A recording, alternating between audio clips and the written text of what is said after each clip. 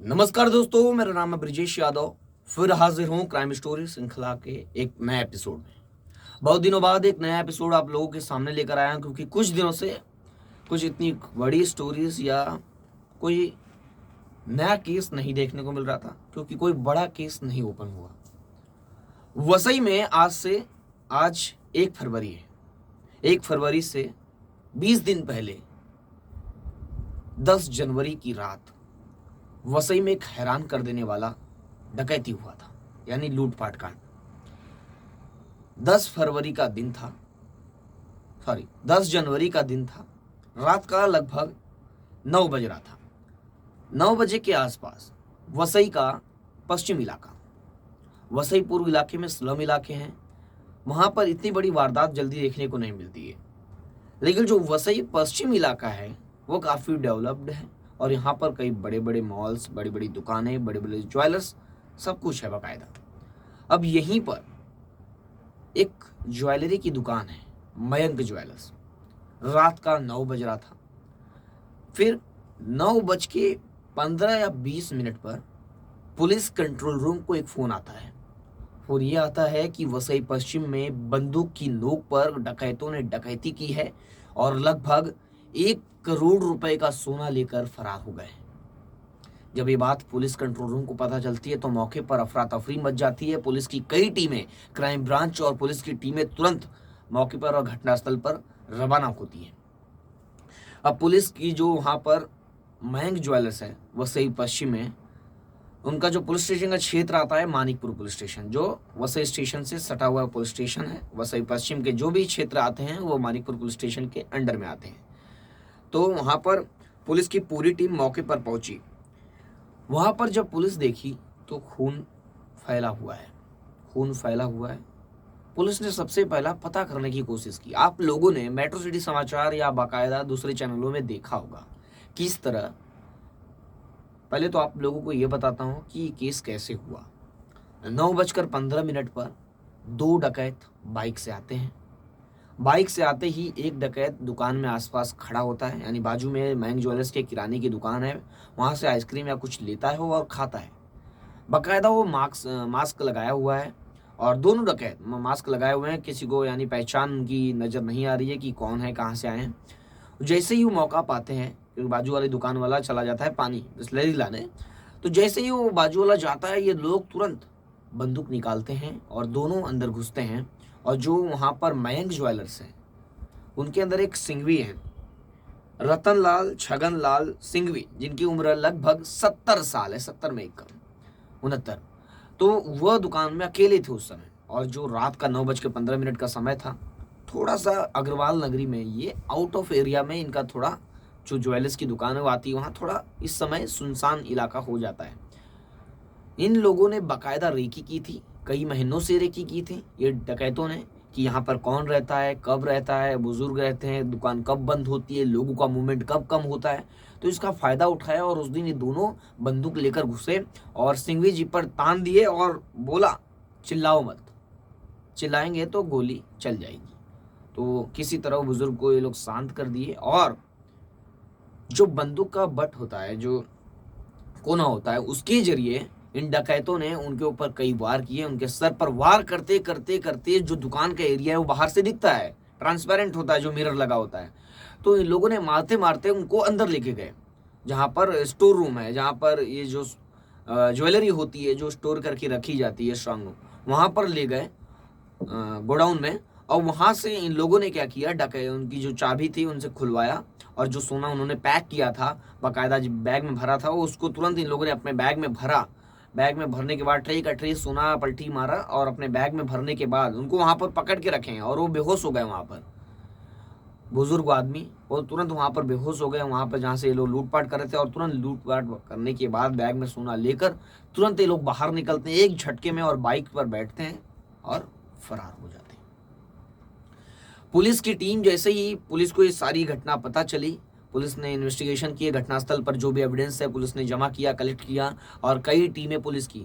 तुरंत पुलिस ने जो भी वसई वेस्ट के जाने वाले रूट हैं उसे तुरंत नाकाबंदी लगा दी गई। जगह जगह पुलिस कंट्रोल रूम और पुलिस वसई में और नाला सोपारा में जितने भी पुलिस स्टेशन आते हैं सभी को सूचित कर दिया गया कि वसई वेस्ट में एक बड़ी डकैती हुई है, नाकाबंदी लगा दी जाए। जगह जगह चेक पोस्ट बना दिए गए और वहां पर चेकिंग चालू कर दी गई कि ये डकैत गुजरेंगे या वसई या नाला सोपारा या विरार से बाहर जाएंगे तो ट्रेस कर लिए जाएंगे रात में, या आए दिन बाहर जाते हैं तो ट्रेस कर लिए जाएंगे। लेकिन पुलिस को कोई सफलता नहीं मिली इस नाकाबंदी से। पुलिस की नाकाबंदी विफल हो गई। क्यों? क्योंकि ये लोग, पुलिस ने जब नाकाबंदी में ये नहीं पकड़े गए तो पुलिस के सामने सबसे बड़ा रास्ता था सीसीटीवी। ये जिस रास्ते से ये लोग बाइक लेकर निकले उस रास्ते के जितने भी सीसीटीवी है पुलिस ने खंगाले, लेकिन ये लोग जाते हुए दिख रहे हैं।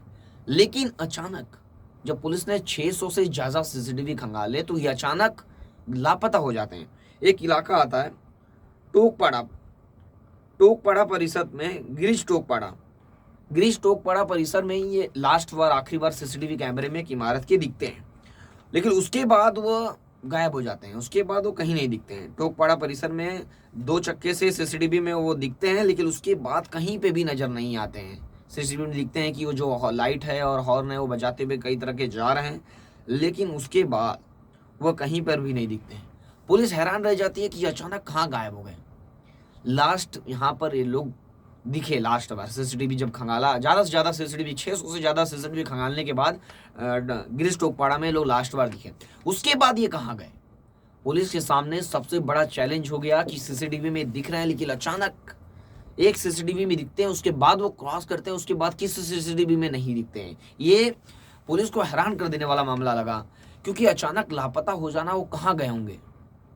पुलिस के हाथ अब खाली थे। धीरे धीरे समय बीत रहा था और केस काफी संवेदनशील था। पुलिस को और लोगों की नजरें थी कि पुलिस कितनी जल्दी इस केस को सुलझाती है, क्योंकि इतना बड़ा डकैती वैसे में शायद पहली बार हुई कि बंदूक की नोक पर लूटपाट हुई, इतने ज्यादा का माल ये लोग ने चोरी किया और भाग गए और लापता हो गए, एक जादुई तरीके से मिस्टर इंडिया बन गए। अब कहाँ गए, ये सबसे बड़ा चैलेंज था। अब ये लोग जहां पर आखिरी बार दिखे, अब पुलिस को कुछ समझ नहीं आ रहा था। पुलिस ने अपनी जांच की दिशा बदल दी, क्योंकि सीसीटीवी से भी कुछ नहीं हुआ और जो इन लोगों ने नाकाबंदी लगाए थे जगह जगह, उससे भी पुलिस के सामने कुछ नहीं हुआ। तो पुलिस ने क्या किया, अब जो जांच की दिशा, जो इन्वेस्टिगेशन है, उसकी दिशा बदल दी। अब पुलिस ने सबसे पहले उस इलाके में, यानी वसई पश्चिम में जो आरोपी हैं उनके हिस्ट्री निकालना चालू की कि इस इलाके में, वसई पश्चिम इलाके में कितने लोग हैं जो कई मामले दर्ज हैं, जो चोरी चकारी डकैती ये सब के मामले कितने लोगों पर दर्ज हैं। तो टोकपाड़ा परिषद में तो पुलिस को एक नाम पता चला जिसका नाम है रॉयल सिक्वेरा। 46 साल का है और वो टोकपाड़ा वसई में ही रहता है। जब पुलिस को पता चला तो पुलिस ने सबसे पहले इसे हिरासत में लेने की सोची। अब इसकी हिस्ट्री थी तो मोबाइल नंबर भी था, तो पुलिस ने सबसे पहला इसे अरेस्ट करने की सोची। पुलिस ने किसी तरह इसे अरेस्ट कर लिया, वैसे इसे किसी तरह अरेस्ट कर लिया और अरेस्ट करने के बाद छापेमारी की।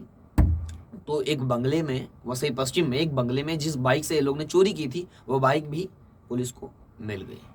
अब बाइक भी मिल गई तो पुलिस को इन्वेस्टिगेशन में अब लीड मिलने लगी, इस मामले में लीड मिलती गई पुलिस को। अब बाइक भी मिल गई और पुलिस को जब कड़ाके से पूछताछ की गई रॉयल सिक्वेरा से, तो उसने बताया कि उसके साथ कई और लोग भी शामिल हैं और जो वसई पश्चिम मयंक ज्वेलर्स में डकैती हुई इन लोगों ने ही किया था। अब पुलिस की टीम वहां पर ले गई जहां पर ज्वेलरी की जो बॉक्स होता है, जो भी डब्बे होते हैं जहाँ में ज्वेलरी रखी जाती है, उसके साथ इन लोगों ने भर लिया था। तो वहां पर कई जगहों पर सोने को जो गोल्ड था उसे निकालने के बाद, जैसे डब्बा होता है जो बच गया उसको एक साथ रख के वसई पश्चिम में जला दिया था इन लोगों ने, सोने को निकाल लिया था। तो वहाँ से भी कुछ टुकड़े पुलिस को मिले। अब उसके बाद पुलिस इसके साथियों की तलाश करने लगी कि इसके साथ कौन कौन है और सोना कहाँ है। तो पता चला कि सतारा के भी कई लोग हैं। कुछ साल पहले, यानी कुछ साल क्या, 1 से 1.5 महीने पहले सतारा में भी इन लोगों ने एक लूट की घटना को अंजाम दिया था, जहां पर इन लोगों के टारगेट पे ज्वेलर्स होते हैं। सतारा में जहां पर सोना बनाया जाता है, जैसे रिंग बनाने का आप ऑर्डर देते हो तो कहीं पर बनता है, तो वहां पर जहां पर सोना बनता था, जहां पर रिंग बनती है, ज्वेलरी बनती है, जहाँ पर चैन बनती है, अंगूठी बनती है, ईयरिंग बनती है, वहाँ पर जो कारीगर हैं उनके पास सोना होता है। इन लोगों ने सतारा का एक जगह है जहाँ पर सोना कारीगर बनाते हैं, वहाँ पर गए कोयता लेकर। इनकी पूरी टीम जो डकैत हैं वो कोयता लेकर और बंदूक लेकर गए और 4 कारीगर थे, उनके ऊपर तान दिया और पूरा सोना सतारा में भी भरवा लिया। सतारा में भी आज से 1-1.5 महीने पहले इन लोगों ने हैरान कर देने वाली घटना को अंजाम दिया था। फिर दूसरी वसई पश्चिम में। अब इसके साथियों को गिरफ्तार करना भी पुलिस के सामने एक बड़ा चैलेंज से कम नहीं था। अब अनुज गंगाराम चौगुले, जिसकी उम्र 36 साल है, उसे room number 106 Om Sai Baba apartment, पहला मंजिला से 90 फीट रोड से प्रगति नगर नाला सुपारा से अरेस्ट कर लिया गया। और उसके बाद दूसरा रॉयल सिक्वेरा तो गिरफ्तारी था, और जो इसका मास्टरमाइंड था, रॉयल सिक्वेरा ही मास्टरमाइंड है। अब उसके बाद जो कई और आरोपी इस मामले में शामिल हैं, उन्हें भी गिरफ्तार करने का सिलसिला पुलिस के सामने चल रहा था। और उसके बाद लाल सिंह उर्फ सीताराम सर्जेराव मोरे, जिसकी उम्र 46 साल है, उसे भी सतारा से गिरफ्तार कर लिया गया। और चौथा आरोपी सौरभ उर्फ पप्पू तुकाराम राछे, जिसकी उम्र 27 साल है, उसे भी पुलिस ने सतारा से गिरफ्तार कर लिया। क्योंकि इन लोगों के फ़ोन से बात होती थी, तो फ़ोन पे जब नंबर मिल गया तो पुलिस ने इन्हें ट्रेस किया और ये गिरफ्तार होते चले गए। अब इन लोगों की हिस्ट्री क्या है, इन लोग करते क्या हैं, अभी तो गिरफ्तार हुए, इनका मोटिव क्या था, चोरी करने के पीछे क्या किया पैसा इन लोगों ने, क्या हुआ, कैसे मैनेज किया, पूरी प्लानिंग क्या थी, इसके बारे में आप लोगों को बताता हूँ मैं। पहला तो आपको बताता हूँ इन आरोपियों की हिस्ट्री।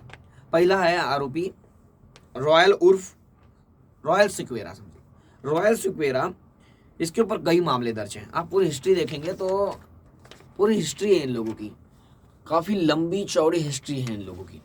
तो ये लोग रॉयल सिक्वेरा के ऊपर कम से कम 1 2 3 4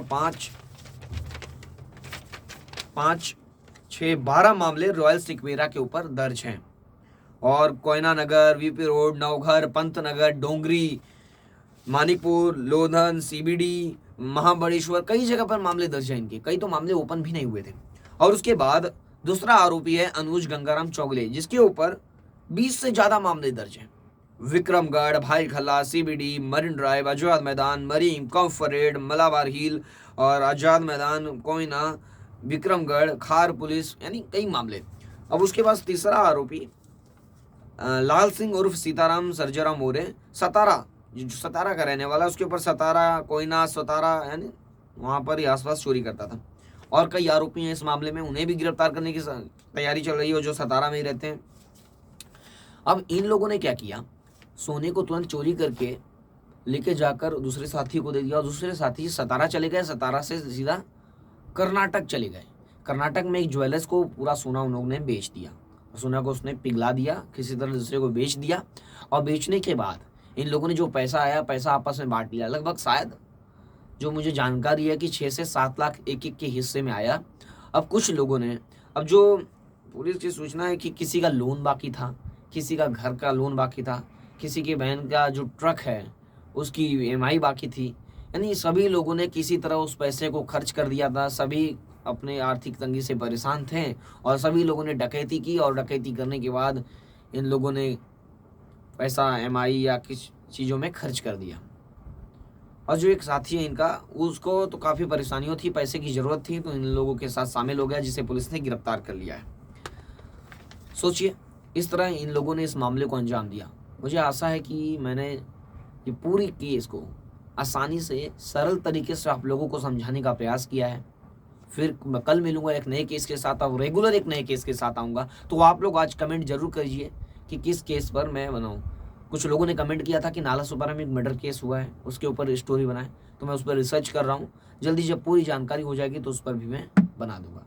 तब तक के लिए जय हिंद। मेरा जो कंटेंट है, एक बात बोलना चाह रहा हूँ, मेरा जो कंटेंट है वो काफ़ी लॉन्ग कंटेंट है, तो आप लोग खासकर मेरे कंटेंट को सब्सक्राइब कर लीजिए चैनल को, और रात में ही देखा कीजिए, क्योंकि ये डिटेल स्टोरी होती है, कोई फटाक से आई या गई वो स्टोरी नहीं होती है। तो थोड़ा सा समय देकर मैं पूरा डिटेल, हर बारीकी से पूरे केस को समझाने की कोशिश करता हूँ। तो चैनल को इसलिए सब्सक्राइब कीजिए, कोई शॉर्ट फॉर्म वीडियो मेरे चैनल पे नहीं आता है, पूरी लॉन्ग स्टोरी आती है, तो इसलिए सब्सक्राइब कीजिए। तो फिर मिलूंगा एक नई कहानी और एक नए केस और एक नई घटना के साथ। तब तक के लिए जय हिंद।